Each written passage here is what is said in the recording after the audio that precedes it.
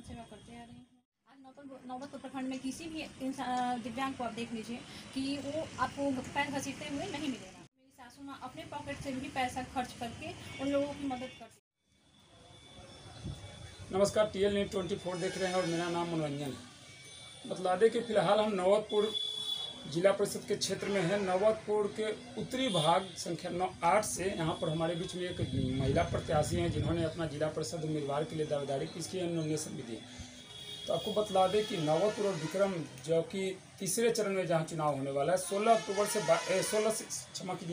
16 सितंबर से 22 सितंबर तक यहाँ पर नॉमिनेशन का डेट रखा गया था, जो कि अब समाप्त हो चुका है। यानी कि जितने भी इस चुनावी मैदान में कूदने वाले प्रत्याशी हैं उन्होंने अपना नॉमिनेशन दे दिया है और नॉमिनेशन की तारीख भी अब समाप्त हो चुकी है। ऐसे में हम बैठे हुए हैं एक ऐसे महिला प्रत्याशी से जो कहीं ना कहीं नौबतपुर उत्तरी भाग संख्या 8 से अपना नॉमिनेशन दे चुकी हैं और जिला परिषद उम्मीदवार के रूप में अपना दावेदारी पेश कर रहे हैं। लेकिन अब इनसे जुड़ेंगे, जानेंगे इनके द्वारा कि क्या है इनका उद्देश्य, क्या मकसद है जो कि ये राजनीति में आई हैं, चूँकि महिला प्रत्याशी हैं और किस मकसद के साथ जनता के बीच में जा रही हैं, जनता से क्या दुलार प्यार मिल रहा है इनको, जनता से कितना मत मिलना है और इनके अंदर कितना विश्वास भरा हुआ है कि जनता के लिए जीत का सेहरा पहनकर फिर से जनता के बीच में जाएंगे। तो चलते हैं हम इस महिला प्रत्याशी से, इनके जुबान से जानेंगे कि क्या कुछ इनके मन में आया जो कि ये राजनीति में अपना कदम रख चुकी है। ठीक है, सबसे पहले आपका नाम जानना चाहिए। मोनिका कुमारी। अच्छा मोनिका जी, फिलहाल आप क्या करती हैं? फिलहाल हाउसवाइफ। अच्छा तो मोनिका जी, मेरा एक सवाल है, आपने नॉमिनेशन दिया है, किस पद के लिए नॉमिनेशन दिया? जिला पार्षद। कितना संख्या से? 8। नौबतपुर जिला संख्या भारत संख्या 8 से। ठीक है, अच्छा सबसे पहले आप एक महिला हैं, बिहार में, देश में, पटना में, पूरा में आप भी जानती होंगी शायद कि हमारे यहाँ पुरुष प्रधान पैतृक माना जाता है। आप एक महिला हैं, तो ये राजनीति में आने के लिए खुद आपके अंदर प्रेरणा आया या पति के मतलब आया कि आप भी राजनीति में आए?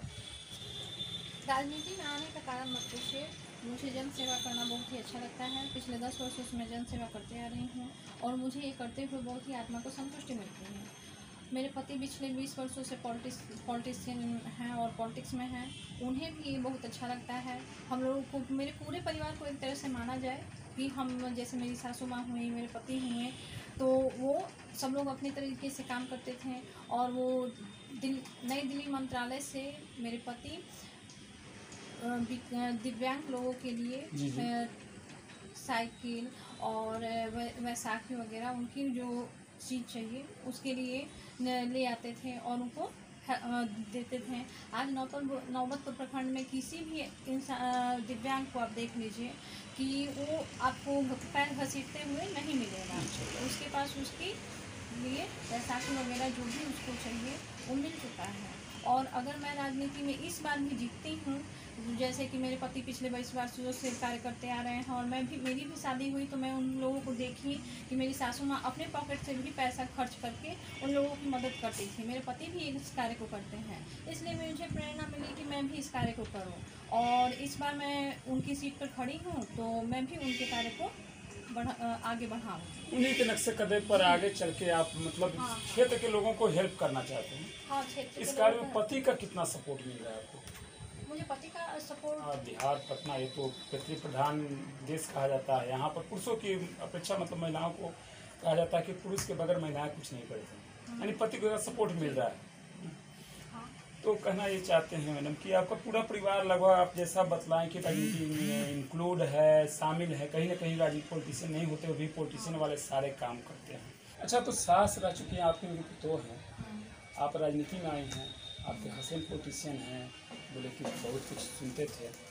आपसे एक सवाल है, राजनीति में आने के पीछे कुछ तो आपका उद्देश्य रहा होगा। आपका राजनीति में आने के पीछे क्या मकसद है, क्या उद्देश्य है? कुछ तो सोच होगा ना। जी, यहाँ जैसे भारत एक कृषि प्रधान देश है, बिल्कुल। उसमें 70% लोग जो हैं अभी भी किसान हैं और उनकी समस्याएं तरह तरह की हैं। जैसे कि किसानों को सही समय पर मुआवजा नहीं मिलता है, किसानों को फसल उस तरह का नहीं हो पाता है, पटवन की व्यवस्था नहीं हो पाती है।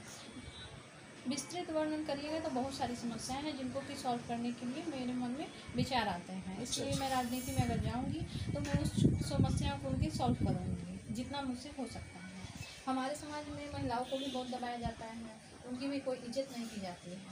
अगर मैं इस चुनाव को जीतती हूँ, उनसे उनके बारे में ये देखूंगी कि उनके लिए मैं क्या क्या कर सकती हूँ। जी जी। और उस समस्या को भी मैं सॉल्व करना पसंद करूँगी।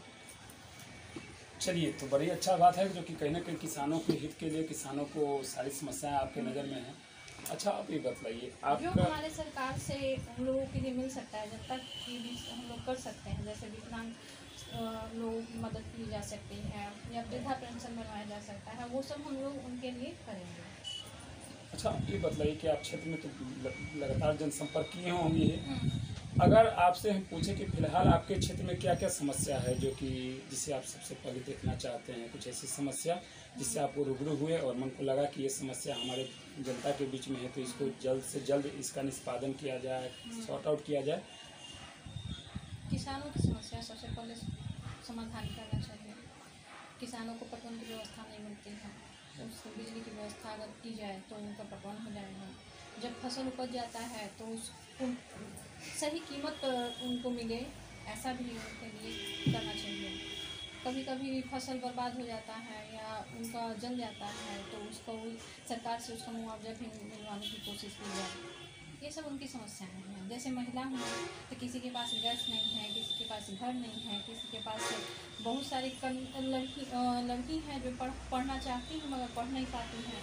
उन सब समस्याओं को भी उनको सॉल्व करने की कोशिश करती है। अच्छा, एक आज तक सुनते हैं कि चुनाव में आना, चुनाव लड़ना एक पैसे का खेल, जिसके पास पैसा होता है वही चुनाव लड़ते हैं, ऐसा सुनने में आता है। तो कहीं ना कहीं ऐसा ही मकसद तो नहीं ना आपका है कि चुनाव लड़ेंगे, काफ़ी अच्छी प्रतिनिधि बनने के बाद उनके पैसे होते हैं, मतलब चुनाव कहीं ना कहीं पैसे वाले ही लड़ते हैं, इसमें क्या आप भी शामिल हैं क्या? 2016 से मेरी सासू माँ विद्यावती तिवारी जी जी जी जिला पार्षद रख चुके हैं जी। और ऐसा नहीं है, मैं अपने काम करने जो मैं काम करूँगी उसके बदौलत मैं उनसे वोट मांगने जा रही हूँ जनता के बीच में। और मैं वो मेरी सासू माँ के कामों से भी संतुष्ट रही होंगी और मैं उनके बीच में जाना चाहती हूँ। वो लोग मुझे भी वोट देंगी इसी बात पर कि हाँ, इस तरह का वोट अगर दिया जाए तो हो सकता है कि मैं उनकी समस्याओं को समाधान करूँ। मैं पैसे के बदौलत वोट मांगने नहीं गई हूँ। और लोग अपने काम के समय देखें कि वो किस चीज़ पर वोट मांगते, मैं काम करके वोट मांगने जाऊँगी। मैं उनका समस्याओं को सॉल्व करूँगी, उसके बाद मैं उनसे वोट मांगने गई। फिर जनता में एक और चीज़ आता है कि चुनाव के समय कई प्रतिनिधि आते हैं, चाहे जिला परिषद हो, मुखिया हो, पंचायत में आते समय बहुत सारे मुद्दे लेकर जाते हैं, हम ये कर देंगे, जैसा आप बतला रहे हैं, मैं भी बोल रहा हूँ किसानों की समस्या को देखेंगे, महिलाओं की समस्या को देखेंगे। यदि हम आपसे थोड़ा मेरा सवाल करवा हो सकता है आपके लिए, जनता को यकीन कैसे दिलाएंगे कि आप जो वादा उनके साथ कर रही हैं जीतने के बाद वादा आपको पूरा करेंगे? क्योंकि जनता में तो मैसेज रहता है कि अरे चुनाव से पहले तो वादे बहुत से करते हैं और चुनाव के बाद सारे वादे खोखले हो जाते हैं, तो जनता को ये विश्वास आप कैसे दिलाएंगे कि आप जो वादा कर रही हैं उसको सही में पूरा करेंगे? जनता को तो यकीन होगा तभी तो वोट देगी आपको। जैसा कि हम बताए हैं कि नौबतपुर उत्तरी से मेरी जिला पार्षद जो है मेरी सासू माँ रह चुकी थी जी, वो 5 साल में जनता देख चुकी होगी कि हम लोगों ने क्या समस्याएं का समाधान किया है और क्या क्या बाकी रह गया है। वो तो आपकी मदर इन लॉ सास का है। हाँ। आप तो ठीक है, मान ली कि वो आपकी वर्तमान रही हैं, आप उनकी पुतोह हैं, आप तो जनता के लिए कहीं ना कहीं उनकी पुतोह हैं। हाँ। मन में तो लगता है ना कि चलो इनकी हम सास की ठीक है, इनकी पुतोह, उनका शायद सिंपैथी वोट मिल सकता है। आप तो एक नया चेहरा के लिए जा रहे हैं। सिंपैथी वोट नहीं चाहिए, अपने काम के बदौलत वोट चाहिए। जैसे वो हम लोगों के घर को या मेरी सास को जान चुके हैं कि 5 सालों में उन्होंने क्या काम किया है, मैं भी उनकी सीट पर खड़ा हूँ और मैं उनकी तरह ही काम करना चाहूँगी। अच्छा। जो समस्या मैं अभी आपसे बता रही हूँ वो समस्या मैं जीतने के बाद पूरी तरह से कोशिश की जाएगी कि सरकार से मुझसे जितना हो सकता है मैं जनता को सपोर्ट करूँगी। अच्छा, मैंने कहीं ना कहीं झूठे वादे नहीं, ऐसा नहीं है कि मैं वोट ले ली और उसके बाद घर में बैठ गई। मैं उनके लिए वो करूँगी जो मैं अभी आपसे कह रही हूँ। अच्छा लगा आपके जानकर, वादे पर अपने खरा उतरने की कोशिश करें जनता के बीच में। आखिरी में एक सवाल हम आपसे जानना चाहेंगे, बहुत से लोग जनता के बीच में विभिन्न मुद्दों को लेकर जाते हैं, कुछ वादे करते हैं, यहाँ तक कि कुछ आप मतलब पैसे ऐसे करके देखे लुभावने दिखाते हैं कि आप मुझे ही मत दो। वैसे जनता के लिए कि आप उचित प्रत्याशी का चयन कैसे करें, क्या मैसेज देना चाहेंगे जनता को हमारे चैनल के माध्यम से?